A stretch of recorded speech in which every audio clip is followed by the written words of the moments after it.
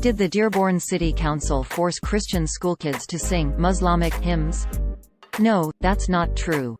The story was published by a liberal satire website that tries to educate gullible Trump supporters and Republicans about the need to actually click and read links before sharing or liking them in order to avoid being embarrassed by fans of the site later.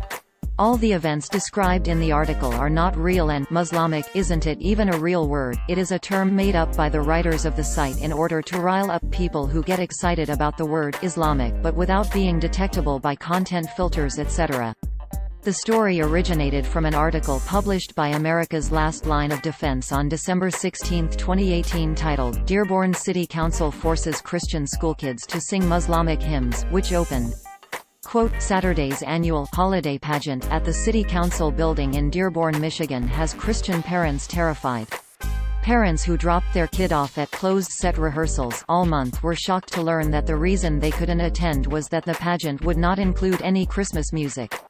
Instead, it was 100% Muslamic hymns, according to parents whose kids were in the show.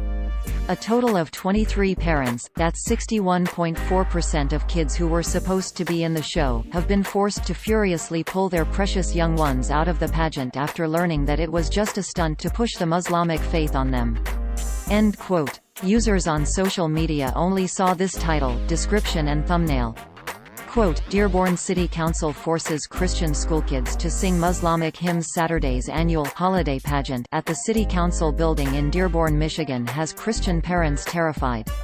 Parents who dropped their kid off at closed-set End quote. There are several hints in the article the story is fake, such as the phrase, "information you probably shouldn't trust," in the header and the category the article was posted in, as real as the war on Christmas.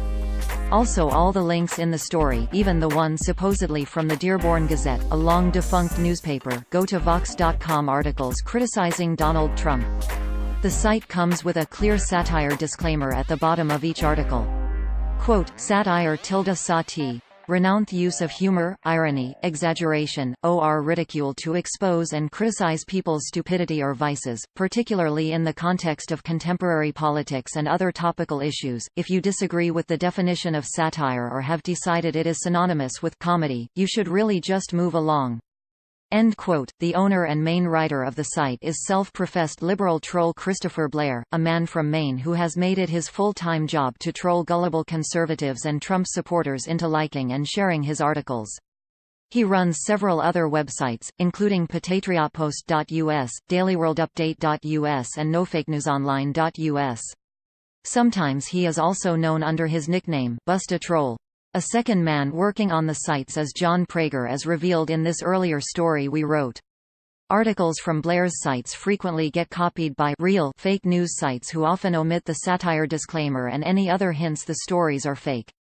Blair has tried to get these sites shut down in the past, but new ones keep cropping up and he keeps knocking them down.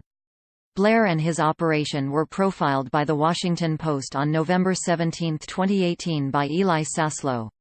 Quote, "Nothing on this page is real. How lies become truth in online America." November 17. The only light in the house came from the glow of 3 computer monitors, and Christopher Blair, 46, sat down at a keyboard and started to type.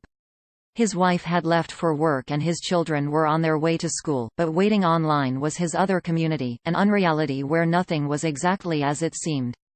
End quote. If you are interested in learning more about Blair and the history of his sites, here is something to get you started. Quote, "The ultimate Christopher Blair and America's Last Line of Defense reading list, lead stories story updated, check for updates below."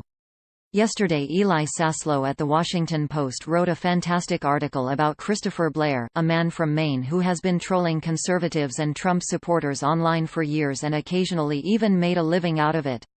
End quote. If you see one of his stories on a site that does not contain a satire disclaimer, assume it is fake news. If you do see the satire disclaimer, it is of course also fake news. NewsGuard, a company that uses trained journalists to rank the reliability of websites, describes Wirathalod.com as, quote,